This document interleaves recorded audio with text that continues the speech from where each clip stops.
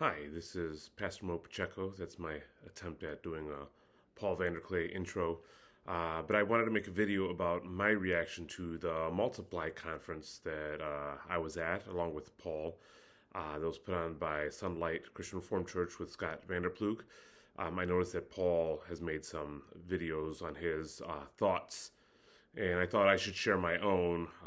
There are likely going to be some overlapping thoughts between my experience and what Paul experienced, but as we are different people, we also have different thoughts. So I thought I would share mine. There's two aspects of the conference. There's like the main presentations, kind of what's happening on the stage, and then what's happening around the stage. And if I'm honest, I found very little useful that was coming from the stage, but a lot useful from what was going on around the stage. And to a certain degree, I suspect that that was, I don't want to say purposeful, but I think that was even on Scott's mind in the sense that he knew that there was going to be valuable things going around, valuable conversations and networking opportunities. And to their credit, they made quite a bit of space for that. The meal times were longer, and there was a lot aimed at encouraging those side conversations. And so I thought that was a huge plus. I felt like from the stage, a lot of the presentations were things that I've heard before that I didn't find much value in the first time I heard them. It seemed a lot focusing on the positive, which is cool. To a certain degree, I get it.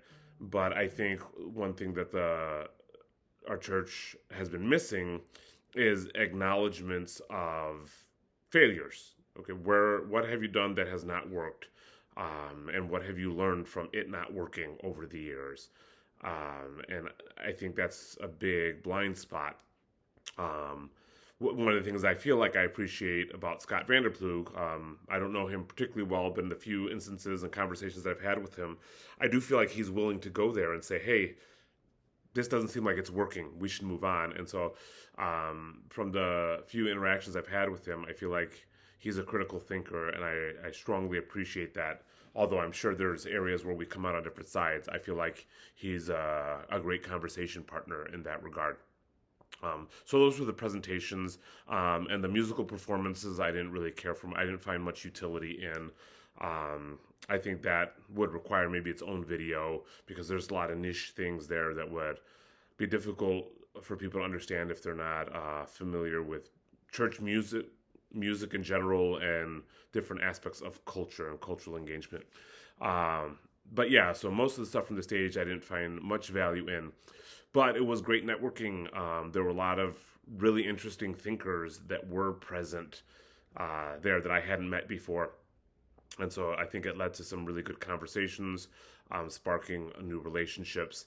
And to a certain degree, I think that's the more important thing. And I also think that probably the most valuable thing I got from the stage, it was Scott just kind of explaining the importance of discipleship and kind of giving the overall framework.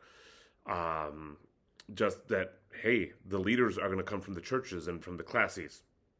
So churches and classes, are you raising up leaders? And I think there's a lot of churches and classes that are doing that, but there's a lot that just haven't really thought about it or haven't focused intentionally on that specifically. And so I think getting churches and classes to pivot to just, hey, let's think about this. How intentional have we been? What has been working? What has not been working? I think just getting their attention in that direction, I think was a beneficial thing. And to me, that was the most beneficial aspect of what came from the stage. And so I think obviously Scott is likely going to do that differently than I would, or his classes is likely going to do it differently than my classes. But if we're all focusing on that, I think there is tremendous potential for growth and multiplying. I do still think there needs to be conversation as to what does it mean to be a Christian Reformed church. I do think that many people at like Sunlight, as much growth as they're having there, would find it challenging to attend many other CRC churches throughout North America. It would just be difficult, and I don't think they themselves see that as a problem, but I do. And I'm sure there's many others that do, and I don't think avoiding that conversation is helpful. I think we should probably have that conversation. What are, outside of the three forms of unity, there are certain ways of being that ought to be talked about in terms of liturgy, in terms of even how music fits into worship and things like that. Those are going to be awkward conversations, but I don't think it's wise to avoid them. But all in all, I would say I was happy I went to the conference. I'm happy for the conversations that I had and some of the new relationships that have begun there. And if that was the kind of subliminal goal of the conference, I would say that's a success. If it was, hopefully people got things out of the breakout sessions and presentations. I'm not sure how successful it was, but I suspect that the